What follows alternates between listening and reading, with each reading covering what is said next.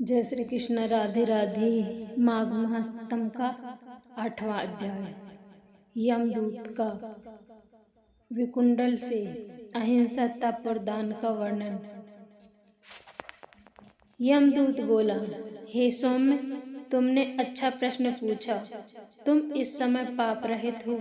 शुद्ध हृदय वाले व्यक्ति की कल्याण मार्ग में वृद्धि होती है। यद्यपि पराई सेवा में तत्पर होते हुए भी मैं तेरे प्रेम के कारण तुझसे यथा बुद्धि कहता हूँ। सब अवस्थाओं में मन, क्रम या वाणी से जो दूसरों को दुख नहीं देते वे यमलोक में नहीं जाते। प्राणियों की हिंसा करने वाला मनुष्य वेद, दान, तप और यज्ञ से भी किसी प्रकार उत्तम गति को प्राप्त नहीं करते। ऋषियों ने कहा कि अहिंसा ही सबसे बड़ा धर्म, तप और दान है। दयालु मनुष्य मच्छर, डांस, खटमल सभी जंतुओं की अपने समान ही रक्षा करते हैं। ऐसे मनुष्य जलते अंगारों से व्याप्त दुर्गम पथ को और प्रेतों की तरंग वाली यम यातनाओं को नहीं देखते।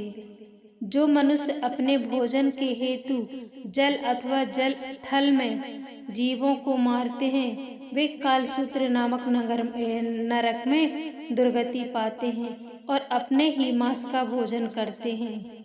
पी व लहू पीते हैं तथा कीचड़ में औंधे मुंह डाल दिए जाते हैं, जहां उन्हें कीड़े मकोड़े काटते रहते हैं। अंधेरे में दूसरा एक दूसरे को घातक को परस्पर खाते हैं और घोर शब्द करते हैं। एक कल्प तक वहीं रहते हैं। हे वैश्य, फिर नरक से निकलकर बहुत दिनों तक स्थावर योनि में कीड़े मकोड़ों की तरह पड़े रहते हैं। फिर प्राणियों के हिंसक व्यक्ति जन्म जन्मांतर दरिद्री, काने, कुबड़े, लंगड़े और अंगहीन का जन्म पाते हैं। इसीलिए हे वैश्य, दोनों लोकों में सुख चाहने वाले मनुष्य को मन, क्रम, वाणी से दूसरों से कभी द्रोह नहीं करना चाहिए। हिंसक लोगों को दोनों लोक में सुख नहीं मिलता। जो किसी प्राणी की हत्या नहीं करते उनको कहीं भी डर नहीं रहता। जिस तरह सीधी और टेढ़ी बहने वाली नदियां समुद्र में जाकर मिल जाती हैं, उसी तरह से सभी धर्म दृढ़ रूप से अहिंसा में प्रवेश करते हैं। हे वैश्य श्रेष्ठ, जो प्राणियों का अभय दान देता है वह सब तीर्थों में स्नान कर लेने और सब यज्ञों में दीक्षा पाने का फल प्राप्त कर लेते हैं। हे वैश्य, जो लोग अपने वर्ण अनुसार शास्त्रों धर्म का पालन करते हैं वे यमलोक में नहीं जाते।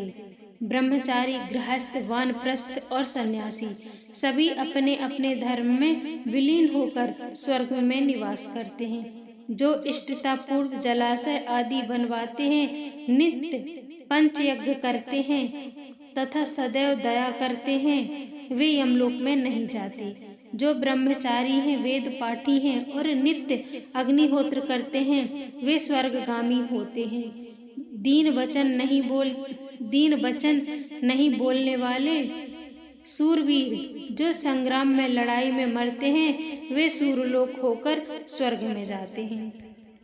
हे वैश्य, लंगड़े, लूले, बाल, वृद्ध, अनाथ, स्त्री, शरणार्थी, ब्राह्मण तथा गरीबों का पालन पोषण करने वाले लोग स्वर्ग से नहीं गिरते, वहां सदा आनंद करते हैं।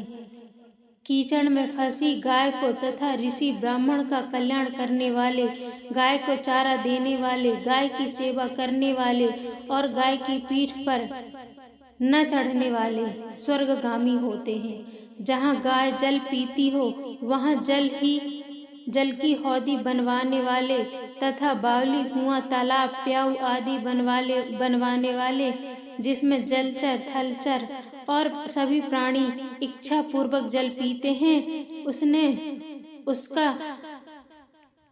उसकी असीमति धर्म बढ़ता है और वे बिना यमलोक के देखे यक्षय स्वर्ग को पाते हैं, क्योंकि जल ही सबका प्राणदान है। पीपल, नीम और बरगद के एक कैथ, बेल, आंवले के 3, आम के 5 तथा इमली के 10 पेड़ जो लगवाते हैं उनको नरक नहीं मिलता। 10 कुपुत्रों की अपेक्षा 5 वृक्ष श्रेष्ठ हैं, क्योंकि वे पुत्र रूपी वृक्ष अपने पत्ते, फूल, फल और मूल में पितर की तृप्ति करते हैं। उन स्त्री पुरुषों को अग्नि में अग्निहोत्र करने की आवश्यकता नहीं, जिन्होंने मार्ग में घनी छाया वाले वृक्ष लगाए हैं।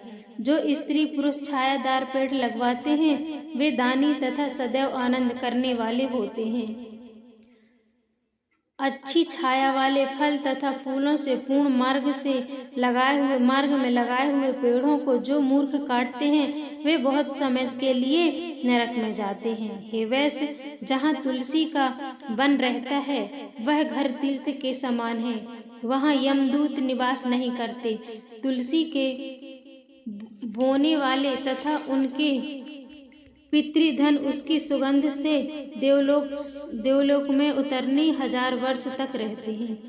जितने ही बीज और दल इसमें होते हैं, नर्मदा दर्शन, गंगा स्नान तथा तुलसी दल का स्पर्श, इन तीनों का पुण्य बराबर है। तुलसी की सेवा करने, सींचने, दर्शन और स्पर्श करने से वाणी, मन तथा शरीर में उत्पन्न पाप नष्ट हो जाते हैं। हे वैश्वर, प्रत्येक पक्ष की 12वीं के दिन ब्राह्मण आदि देवता भी तुलसी वन की पूजा करते हैं। रत्न, सोना, फूल तथा मोती ये तुलसी की समानता नहीं कर सकते, क्योंकि इसके दान से 16 गुना तुलसी पत्र का दान है। जो फल 1000 आम तथा 100 पीपल के वृक्ष लगाने से होता है, वह फल तुलसी के केवल एक पेड़ लगाने से होता है। जो तुलसी की मंजरी से हरि की पूजा करता है वह गर्भ में नहीं जाता।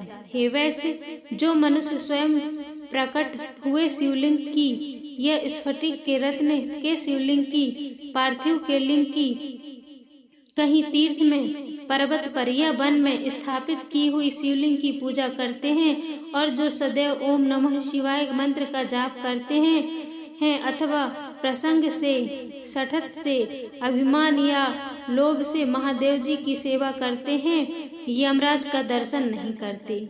शिवजी के भक्त शिवजी की पूजा में लीन होकर शिवलोक में 14 इंद्र तक आनंद करते हैं। हे वैश्य, शिव पूजा के समान पुण्य देने वाला, सब पापों को नष्ट करने वाला, सब कीर्ति का देने वाला तीनों लोकों में कोई दूसरा कर्म नहीं है। शिव भक्त जो जनार्दन भगवान से वैर करते हैं वे निसंदेह नरक भोगते हैं। शिव जी का कैसा भी धन, धान्य, फल, जल क्यों न हो, उसे ग्रहण न करें, और न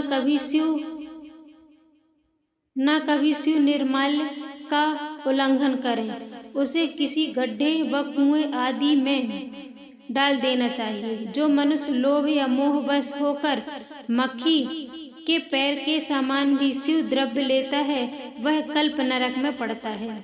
जो तृण, काठ या पत्थर का ब्रह्मा, विष्णु अथवा महादेव जी का मंदिर या मठ बनवाते हैं वे मनुष्य इन देवताओं के लोक में बहुत समय तक वास करते हैं। हे वैश्य, जो लोग धर्मशाला, गौशाला, सन्यासियों के लिए विश्राम स्थल, ब्राह्मणों के लिए घर तथा गरीब दुखियों के लिए कुटी बनवाते हैं वे लोग इंद्र के भवन में वास करते हैं। इन स्थानों को जीर्ण उद्धार करने से भी दूना फल प्राप्त होता है। जो इसको तोड़ता है वह अवश्य घोर नरक में जाता है।